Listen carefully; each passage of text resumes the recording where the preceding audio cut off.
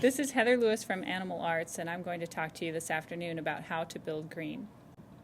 The most important thing for you as a veterinarian in putting together a green building is to identify the things that actually work for you as a veterinarian and for your hospital, and not necessarily all the things that are in the books or all the things that are in the media. So we want to try to identify the sustainable strategies that actually help you run your business more efficiently, help you make more money, and help make a more pleasant space for you to work. So the best way to start with this process is to think about the overall project and what can you do to make the overall project more sustainable and also save money at the same time. The best way to do this is to reuse an existing building. And we've seen lots and lots of examples of this in the last 2 or 3 years in our office with people taking existing buildings and reusing them. In fact, there are a lot of existing buildings on the market now that make wonderful buildings for reuse. Old pharmacies, little stores, other kinds of freestanding buildings that make really good buildings for veterinary hospitals, and they may be in very good shape and be wonderful buildings to reuse. It's a great strategy from a sustainability perspective because it's reusing existing materials, but it's also a great strategy from a money perspective because you save about a third of the cost of construction by reusing an existing building.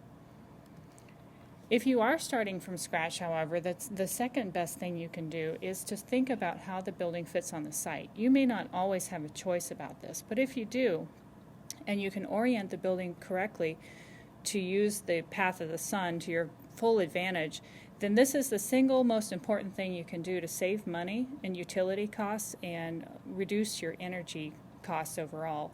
So for example, if you had a building that had a huge amount of west-facing glass, you're going to spend a lot of energy in heating and cooling that building. On the other hand, if you have a building that has a south-facing glass with overhangs that shade from the summer sun but let in the winter sun, that's a great strategy for reducing your overall heating and cooling load for the building. So if you can get your building oriented with the long direction facing towards the north and the south, so an east-west orientation, then you can work with the sun and reduce your overall energy cost a lot. It also then goes into where you place your windows and openings, and we can talk about that a little bit more later. From there, looking at ways to make your site, use your site better and make it greener by having less hardscape is a great strategy because it actually reduces engineering infrastructure. Nobody likes big drainage ponds, nobody likes civil engineering, nobody likes concrete drainage channels, and the more we can do to decrease this infrastructure, the more money you can save. And the best way to save that money is to allow the water to infiltrate into the ground rather than directing it to a drainage pond. When you're working with your designer to work on your project site, to design the project site, remember that cars are actually almost exactly like Thanksgiving turkeys. No way. They drip all the time. They're always dripping grease. And this grease goes through engineering systems and typically just pollutes waterways. And in the old way of looking at how you design a site, you design catch basins and large structures to slow down the water. But what you can do is you can take all that Thanksgiving turkey grease and actually allow it to be cleaned by the ground naturally by designing porous site pavings and other things that are more, that allow the ground to naturally filter the water. And I've had our project compared to turkeys before, but we've never quite had this type of explanation offered. It just makes sense to choose landscaping that works with the natural environment. So in Phoenix, you wouldn't want to plant a green lawn, even though plenty of green lawns are planted in Phoenix. Likewise, there are lots of plants that can be used in a native climate. If you're choosing native landscaping, you want to choose water-wise landscaping, but also landscaping that works with dogs and cats. Dogs can just make a wreckage of almost any kind of landscaping. So thinking about landscaping that works with clients coming in the front door and is going to stand up to the abuse of pets is really important. When we talk about energy use strategies, one of the best things to do is to get daylight into the building. This makes your life better too. How many people work in buildings with no windows? And this is a terrible way to spend the day. And studies have shown that if you can bring daylight into a building, you can make your staff get more out of your staff, make yourself happier, just make your day better in general, and also decrease the recovery time for any kind of patient that's in the hospital. This has been shown in human hospitals, but we can assume that the same strategies are important for animals, as they have a lot of the same physiology as people. And frankly, it just makes sense. It makes sense to work in a building that has natural daylight coming in. The great thing about natural daylight is not only does it create a great work environment, but it also helps you save money by reducing your lighting costs. So if you can reduce the lighting costs for your building, you can save a huge amount of money. About 30% of costs of running a building comes from lighting. So if we can reduce those costs, then fantastic. That's going to make a lot of difference to the bottom line. Of course, you then have to figure out ways to turn the lights off if you're bringing daylighting in. With mechanical systems, there are a lot of alternatives now on the market that may cost a little bit more on the front end, but are going to save a huge amount of money on the back end. A great example is a heat recovery system. A heat recovery system may have a little bit of a front-end investment for the project, but over time it usually pays back within 3 to 5 years, and it's going to really, really reduce the amount of energy that's spent, because it recycles energy of the outgoing air to help precondition the incoming air.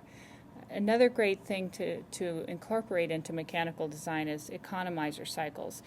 The best way to describe this is that your energy system is basically operating like a whole house attic fan.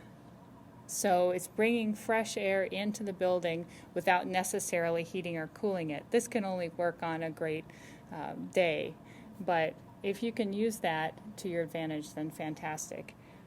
So there are a lot of strategies out there that will help you reduce your energy costs in mechanical systems. Some of them have front-end costs associated with them, but a lot of long-term investment is a lot of long-term return on investment.